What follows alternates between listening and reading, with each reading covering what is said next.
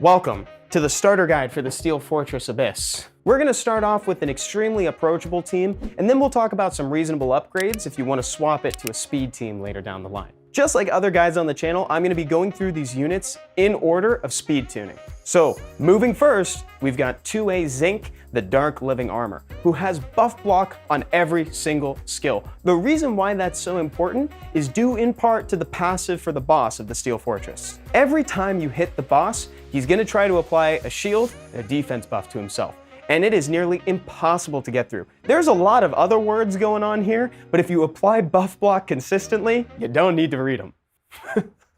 The only other thing you really need to be aware of is that your monsters can get stunned occasionally. And for that reason, I'm recommending that you rune him on double will. Since he's moving first, a single set of will won't necessarily do anything. So you want to make sure that by the time it gets back to his turn, he still has another turn of immunity. So if buff block for some reason is not on him and something's gone horribly wrong, Zinc can swoop in and apply it right then and there. So double will means that he still has 2 slots left on the rune hexagram. That could be a set of guard runes if you'd like. I have mine built on damage, so crit rate and crit damage is probably good to pursue, though you'll also want to be mindful of your defense and your accuracy. Accuracy being the most important.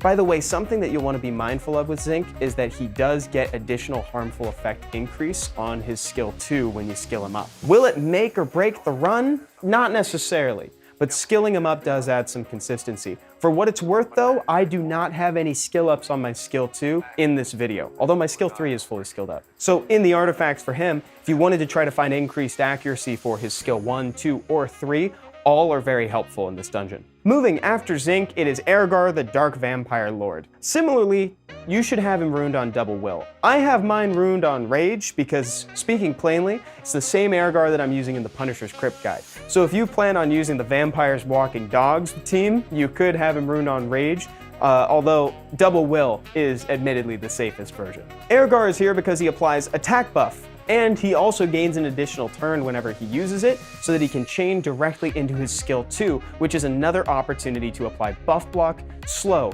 heal block, etc. That's a lot of debuffs. It'd be pretty awesome if we had a unit that deals damage that increases according to debuffs. Stay tuned for that.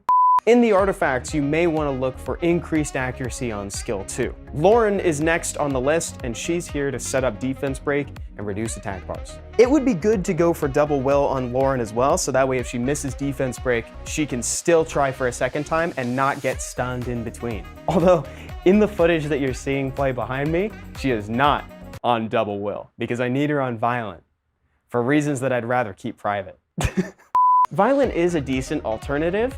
The only thing is that it takes the certainty of a second will set and turns it into a 22% chance. Now, if that's a risk you're willing to take, so be it. For the purposes of this video though, I'm recommending double will. You know how to rune Lauren by now. You'll want her to be fast enough to move right after Zinc. You'll want her to be having high accuracy so she lands the defense break and the attack bar reduction. And HP. Moving next on the team is your leader, Ken or Bernadotte, the Fire Shadow Claw. Even if you did end up applying the debuff to block beneficial effects, there are a couple hits where the boss could have gotten his shield and defense up, and that means you need to strip it. Sometimes Lauren's gonna miss her skill 2. That means that Bernadotte can be here to pick up the slack. He has strip on skill 3 and skill 2, and if you're using the skill 3 version, he can even brand. Feel like I'm saying it a lot, but you can look for additional accuracy in the substats of your artifact to just make sure that this is going A-okay. You can rune Bernadotte on damage. I've got mine on Fatal. You can put yours on Fatal or Rage, however you feel like runing it. But because he can contribute to damage so well, it'd be a shame not to put him on a damage build. It should be noted that he does need crit rate in order to get the additional turn on his skill 3, but he's got a crit rate lead, so that means that the burden on crit rate is a lot less than it would be in other locations, especially since the Steel Fortress boss is of opposite attribute, leaving you to focus on crit damage instead of crit rate. Moving last on the team is Crow, or your damage dealer of choice.